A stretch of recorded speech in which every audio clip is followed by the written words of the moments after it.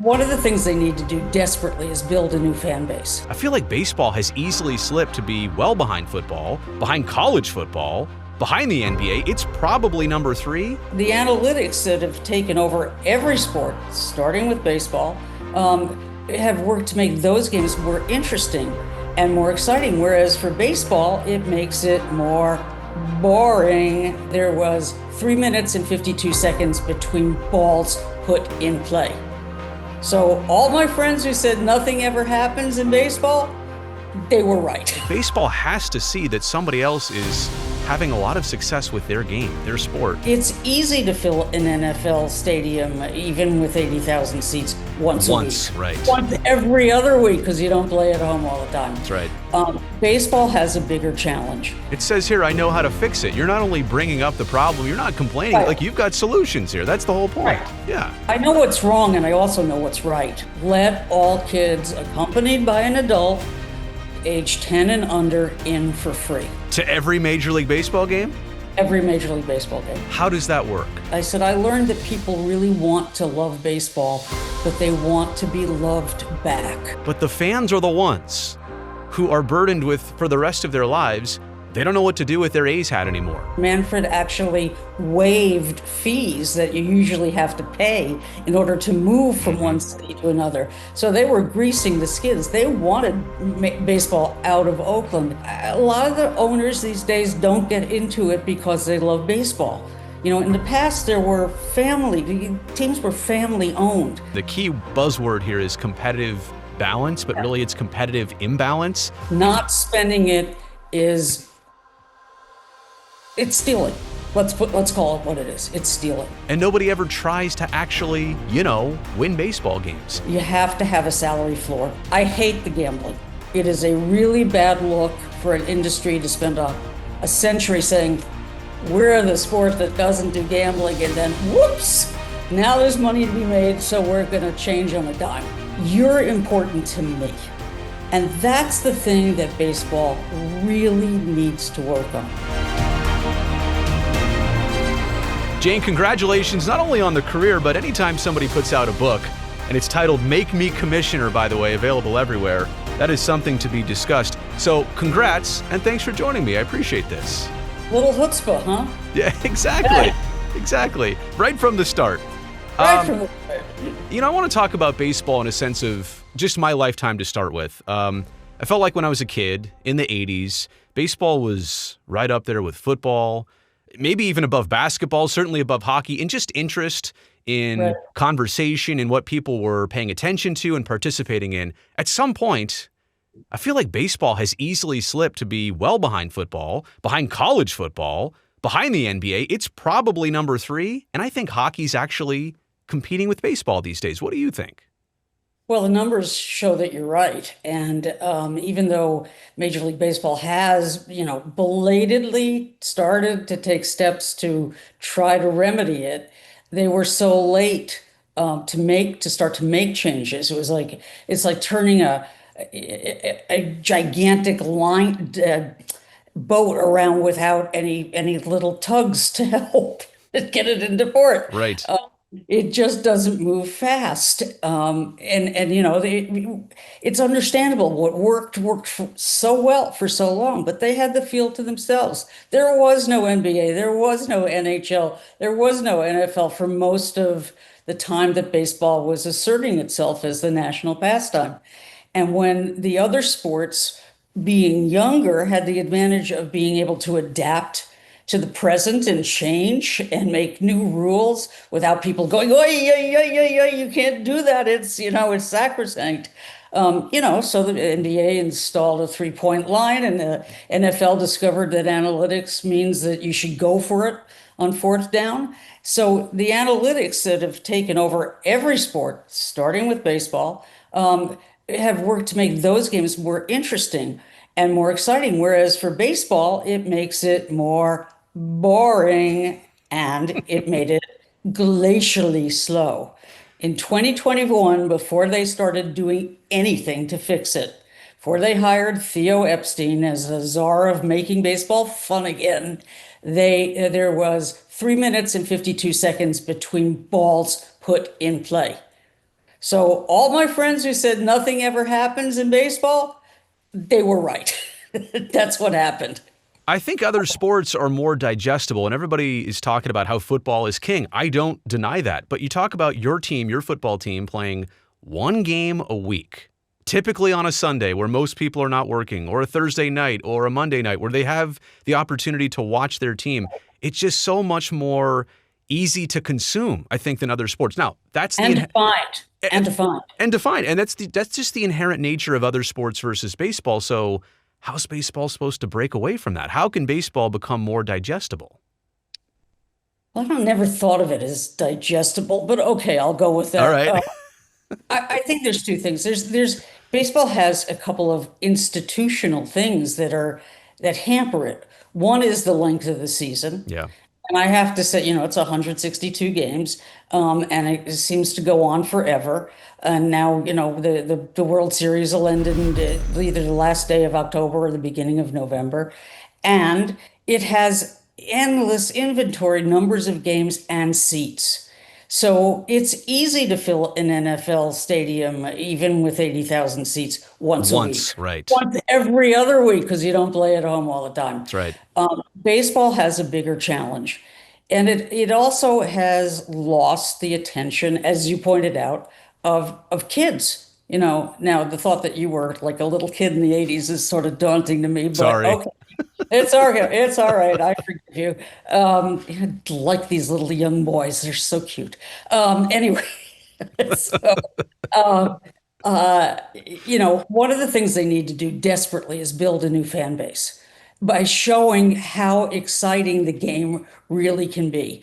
MLB took some really big steps, big for them. Yeah. The pitch clock that they put in 2023, where, the old timers were going, oh no, it's got to be timeless. Baseball's always been timeless. Baseball had become endless. And so they have hastened the game, and the pace of play is better, and you're home at a reasonable hour, or even a kid can stay up to watch it for most of it for a reasonable hour. But they still have lost a whole generation of fans, the one you're talking about, your Yeah. generation. Yep. So my first solution is, and no owners are going to like this, but I'm commissioner for the people, right? Let all kids accompanied by an adult age 10 and under in for free. To every Major League Baseball game? Every Major League Baseball game. How does that work? From a How does- from a business sense, a sense, and a logistics sense. Like okay, so you're serious about this. How does it oh, actually yeah. go? And of all my ideas, some of which have been derided, widely, which is okay. I'm trying to be provocative. This is the one that everybody likes the most. You turn on any ball game, with the exception of last night's Yankee Red Sox game or any of the playoff games, and there are swaths of empty seats. Right. It's not a good look. Right. So, okay, so maybe not every game. As it is, they hold back certain games they call premium, which usually means when the Yankees come to town. But there are empty seats, and an audience that needs to be built. A friend of mine who's an economist, specializing in sports, particularly baseball, who's a professor at the University of Wisconsin La Crosse, took Cubs menu numbers for me in 2023. I should have had him update them last year, but anyway, they're not that different. It's just gotten more Sure. expensive. If you took a kid, a 10-year-old, and bought him a hot dog, small kid size hot dog, not the jumbo, and a small soda, and maybe Cracker Jacks, and even a youth size cap, it would have cost the Cubs in 2023 $4 million. Now, that's not bupkis to me, Right. right? But it is bupkis to every one of the 30 major league owners, even those who refuse to spend money on players. And that same year, the Cubs spent $31 million paying Jason Hayward to play for the Dodgers. So I don't want to hear that they don't have the money. And even if it costs them a little bit, It's a $12 billion industry. It's also marketing, though. I mean, how much do they spend on commercials and promos and putting themselves out there? $4 million to bring it, like, not even advertising to fans, to literally get them in. And Jane, I think you might be missing something too. If you're spending a little bit on the kid, that's cool. Isn't mom or dad or the parent also buying a ticket, paying for parking, buying merch for themselves? Like, aren't you drumming up more business that way too? And interest. Yes, exactly. And I would even, we all know that baseball's gotten crazy expensive. Yes. And most people can't afford it. If you're a lower class earning family, whether you're white, black, Hispanic, I don't care what you are, it's damn hard to afford to take a family of four to a game. Yeah. A beer is $18, right? Yeah. I mean, God knows a margarita is way worse, but but so I would have a section at those games where you first come, first serve. Everybody gets in free in that section and gets food for free. That is a direct steal from the Savannah Bananas, who used that technique to build the crazy audience they now have. Do you think Major League Baseball should ever try and associate with the Bananas, try and buy in the Bananas, put them under their umbrella? I know that that's not something that the Savannah Bananas want to do. They vehemently said, we are our own thing, no chance. But like, baseball has to see that somebody else is having a lot of success with their game, their sport, and baseball to that degree is not. Well, Jesse Cole, who created Savannah Bananas, who found himself as an assistant coach in the Cape Cod League, which is where this book begins and ends, sitting on a bench in a town called Cotuit. And he said, I was sitting on the bench in Cotuit and I was bored. I was bored watching baseball. And to which I said, Jesse, everybody's bored in Cotuit. It's not a place you want. That's not baseball. That's where you're at. That's Cotuit. But he saw something that Major League Baseball either didn't see or didn't want to admit, that they had lost the affection of the American sporting public at exactly the time where the appetite for sporting events and entertainment had grown so diverse, so that people had so many choices. It wasn't just baseball in the summer anymore. And he realized, I actually said this, you know who Morgan Sword is? I don't, actually. Okay. Morgan Sword is the executive vice president in charge of everything that happens on the baseball diamond for MLB. Okay. And I've talked to him a lot, and he was incredibly helpful and thoughtful. And I came back from a game at a minor league ballpark, Polar Park in Worcester. And I said, you know what? He said, well, what have you learned? I said, I learned that people really want to love baseball, but they want to be loved back. And he said, pause for a second. He said, who wrote that? Who said that? I said that. He said, what are you, a writer? And I went, yes, yeah, right. You can quote me on it. It's my quote. This is what Jesse recognized. And, baseball addressed the pace of game. Purists will still say, that they cut too much out, and some of the other ideas for making it even tighter in experience, are to them, no. I'm not, somebody called me a curmudgeon because of this book. And I went, no, I'm all for changing stuff. It's the difference between changing it methodically, right, thoughtfully, or just letting it happen to you, which is what baseball did. It says here, I know how to fix it. You're not only bringing up the problem, you're not complaining. Right. Like, you've got solutions here. That's the whole point. Right. Yeah. I know what's wrong, and I also know what's right. Yeah. And so what was I saying? What were we? We were talking, I want to stick on loving the fans for a second. Baseball doesn't maybe love the fans. I can do that. Yeah, so it's one of my biggest criticisms of Rob Manfred as commissioner. And by the way, if you're going to be commissioner, I'm glad to know that you're mindful of the fans. I'll give you a situation. The Oakland A's depart after 57 years. And we can talk about the ownership of the A's. We can talk about the city of Oakland. We can talk about all the things that didn't happen to make that connection continue. But the fans are the ones who are burdened with, for the rest of their lives, they don't know what to do with their A's hat anymore from around here in Northern California. Like baseball has literally turned a shoulder on millions and millions of A's fans. And I know people will say, well, there's not that many anyway. Have you seen attendance? They decided strategically to stop coming because of the way things were going and how poorly they were treated. How are A's fans supposed to feel in all of this? And what's your perspective from the other coast on this situation? I think it's atrocious. And Manfred actually waived fees that you usually have to pay in order to move from one Hmm. city to another. So they were greasing the skids. They wanted baseball out of Oakland. And those low statistics of how 9,000 per game, which is basically 9 or 10 a year at each game, has been routine the last couple of years in Oakland. To show up at that crappy stadium that had been left in disrepair, that is love. That is 9,000 straight up love. And there wasn't a better fan base, a more fervent fan base who would have turned out, in droves Hmm. if given a chance to go someplace that wasn't a dump. And I don't know John Fisher. I knew the guys who owned the team before, Hmm. who really cared about it. He's a wealthy man, like so many of the others in baseball. He took money from the collective bargaining agreement luxury tax system, never spent it on players. One of the reasons that they started buying some people this year, and I hate to put it that way, but it's what they do, is because they were going to be threatened with grievances that have been pending for years. Absolutely.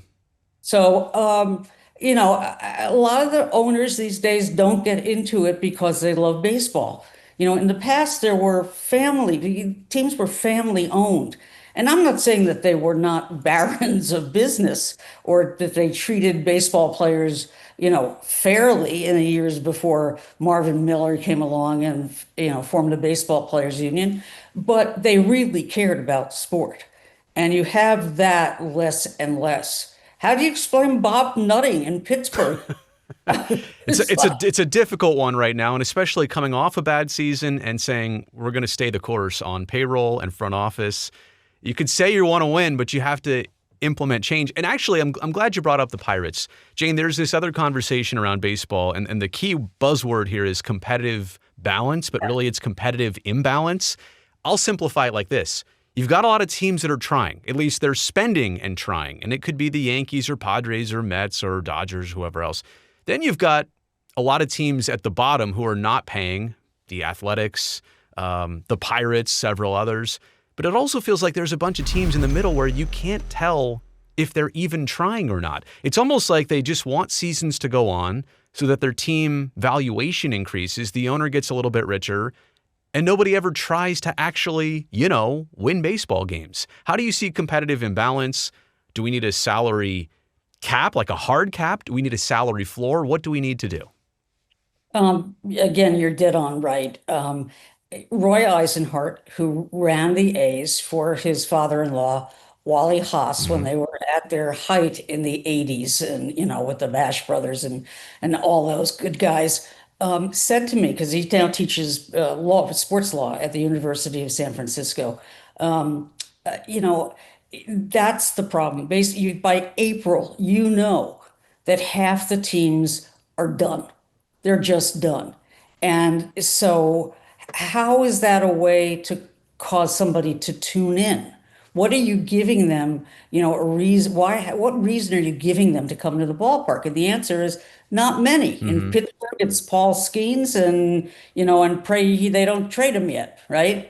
Sell high. He'll be a Yankee or a Dodger is what on, and I'm not saying that out of enjoyment. That's what most fans are already projecting. I saw Yankees jerseys, and they don't do names, but somebody put a Skeens name on the back of a Yankee jersey already. Anyway, Yeah. sorry. So no, no. So they've got an intractable problem. The free agent system that was created by Marvin Miller for the Major League Baseball Players Association, it not only made the players rich, it made baseball rich, and Hmm. it made players in other sports rich, and it has worked incredibly successfully, particularly now for the players at the top. the amount of money that is, the way it's allocated. It's a $12 billion industry these days. What I call, wealthy but not healthy, and not healthy for exactly the reason you're saying. So I went looking and searching for ideas, and I asked my friendly economist for an idea, and he came up with one that's basically a hard cap. Well, I don't think the union's ever going to accept it. I mean, Bryce Harper will, hit them upside the head again, Right. as he greeted Manfred in the Phillies locker room.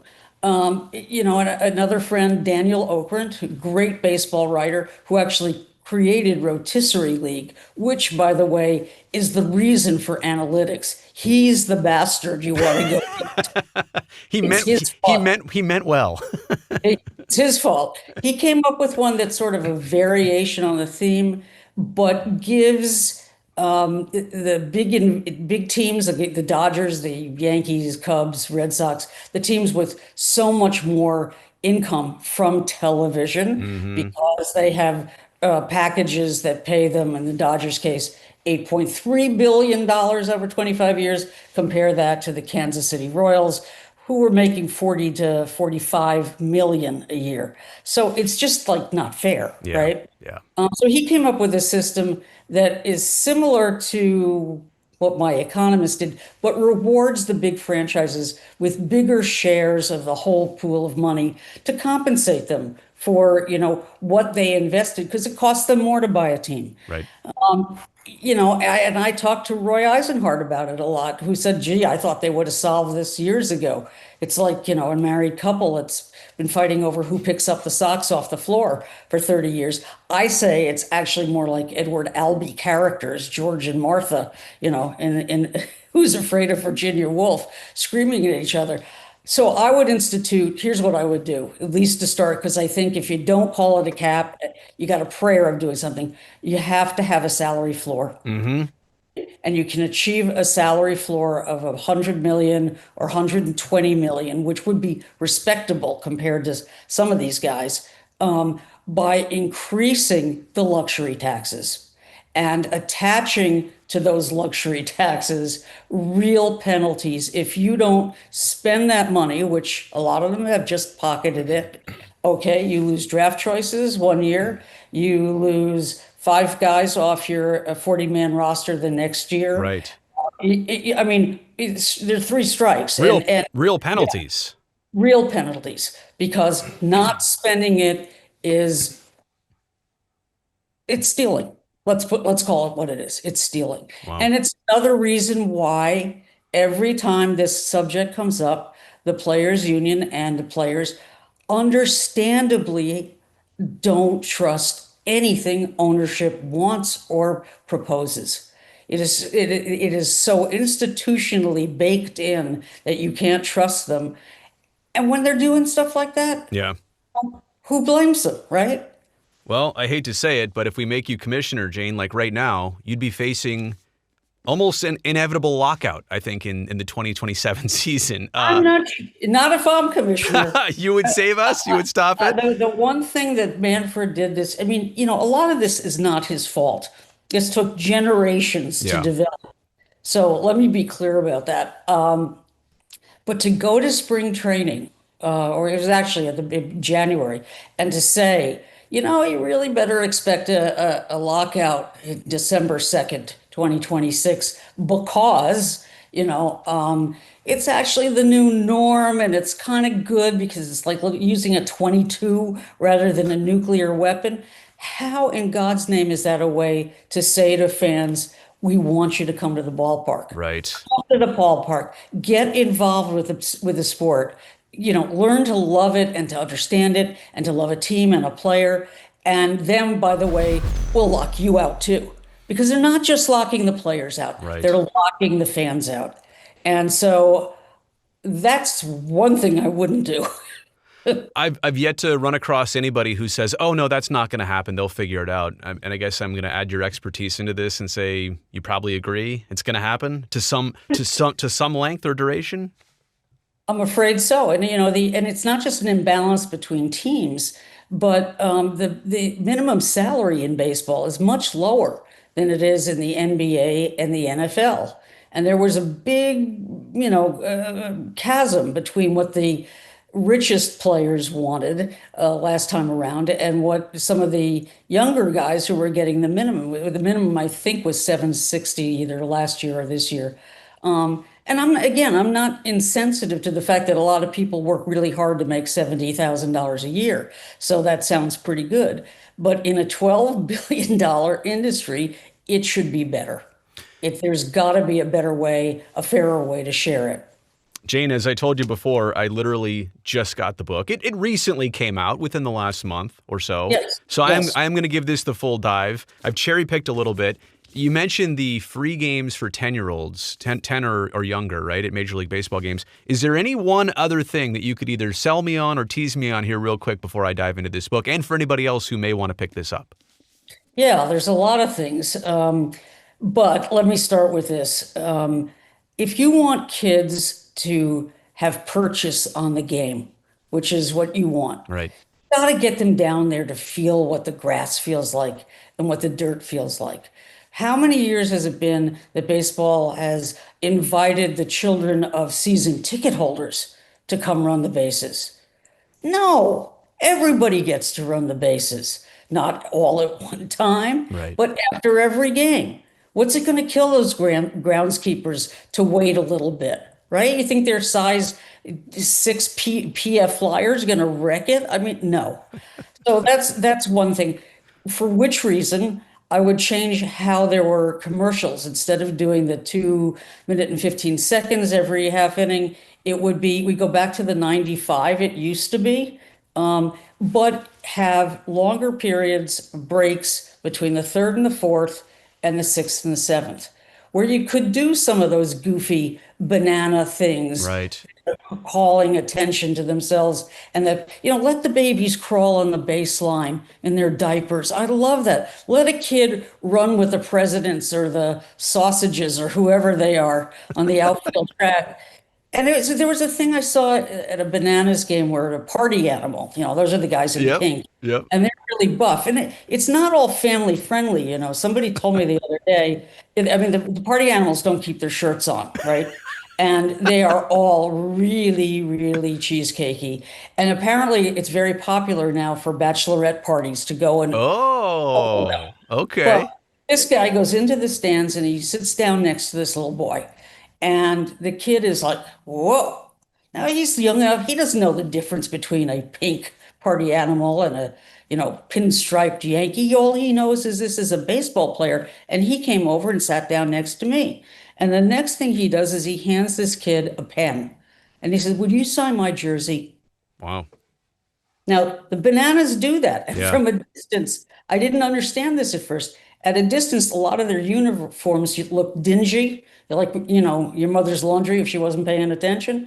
But they do this. And think about the difference that says. You're important to me. And that's the thing that baseball really needs to work on.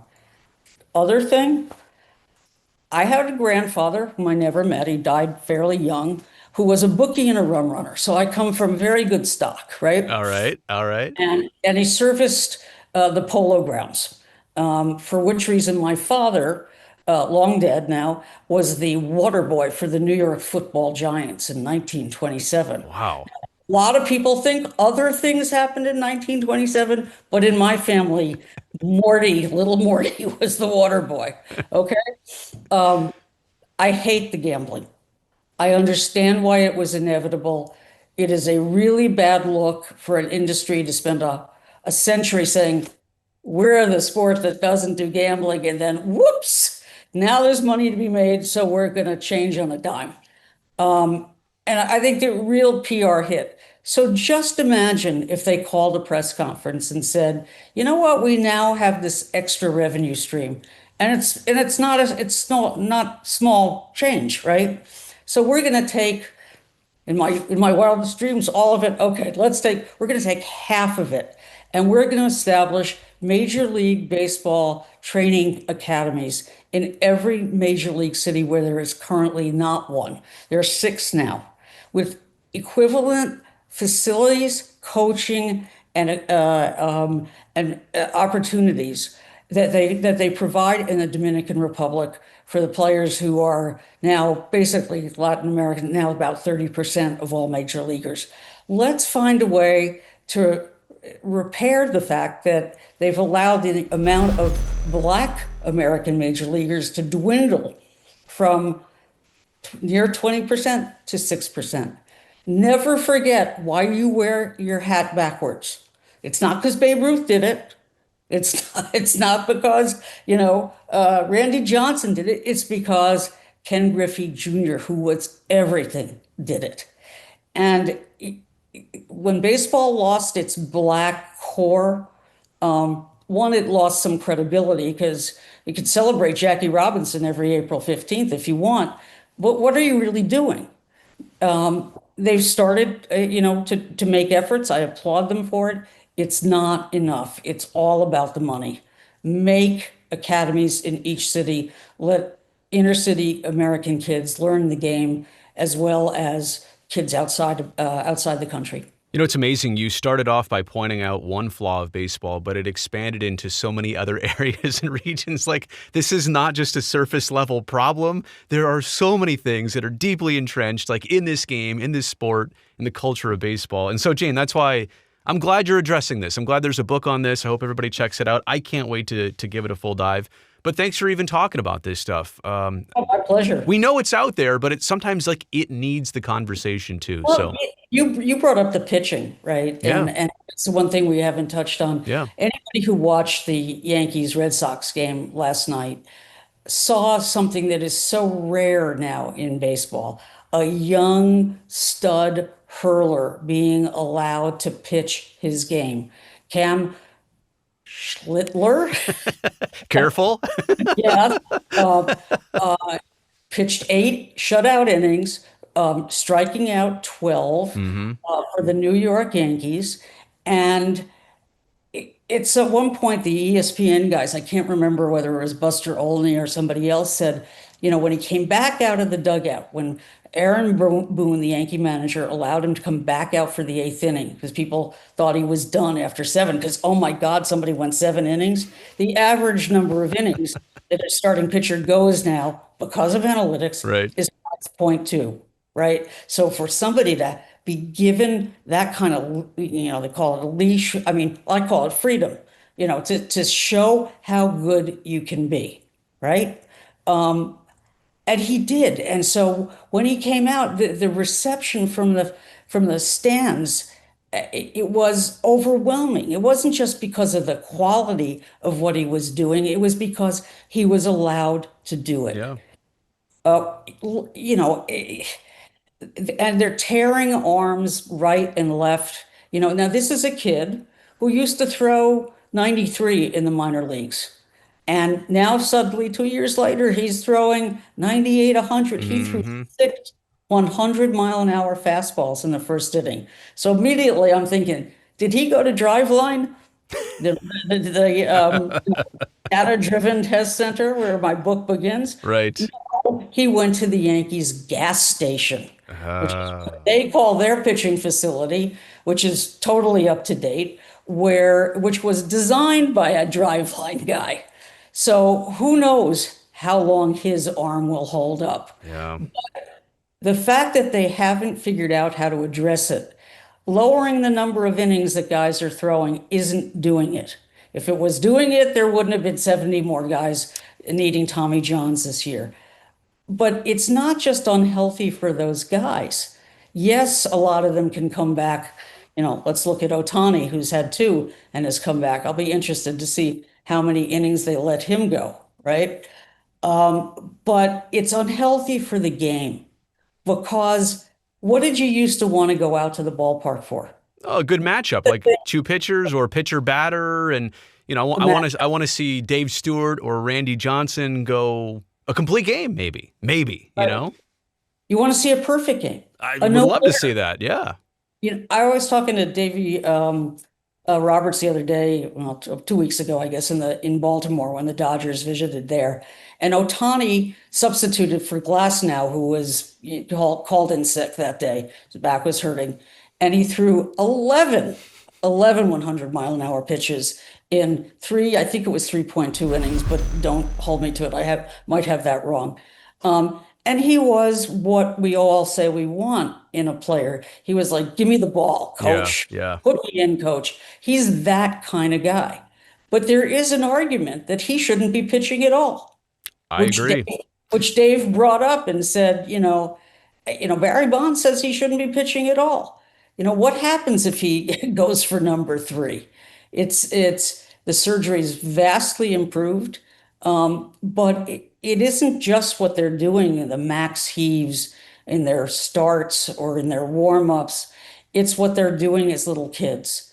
It's craziness what's going on in Little League. There's a guy from Driveline who runs their youth thing, who has an X account in which he, about bad things that happen in Little League to kids. There was one kid who was allowed to stay in the game for, I think it was two innings, and gave up 20 runs, and I mean, just throwing and throwing. I Yeah. mean, why they start abusing their arms early, and that's to baseball's credit. They've just instituted another rule, which is to put some limitations on how many days a year scouts can look at kids in showcases and tournaments, because if there's a scout, they're going to show up. Yeah.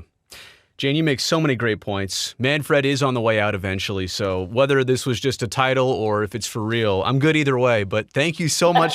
Thank you so much for this conversation, and I can't wait to see your thoughts and ideas in your book get a lot more pub down the line. Thank you so much. Call me anytime. Thank you.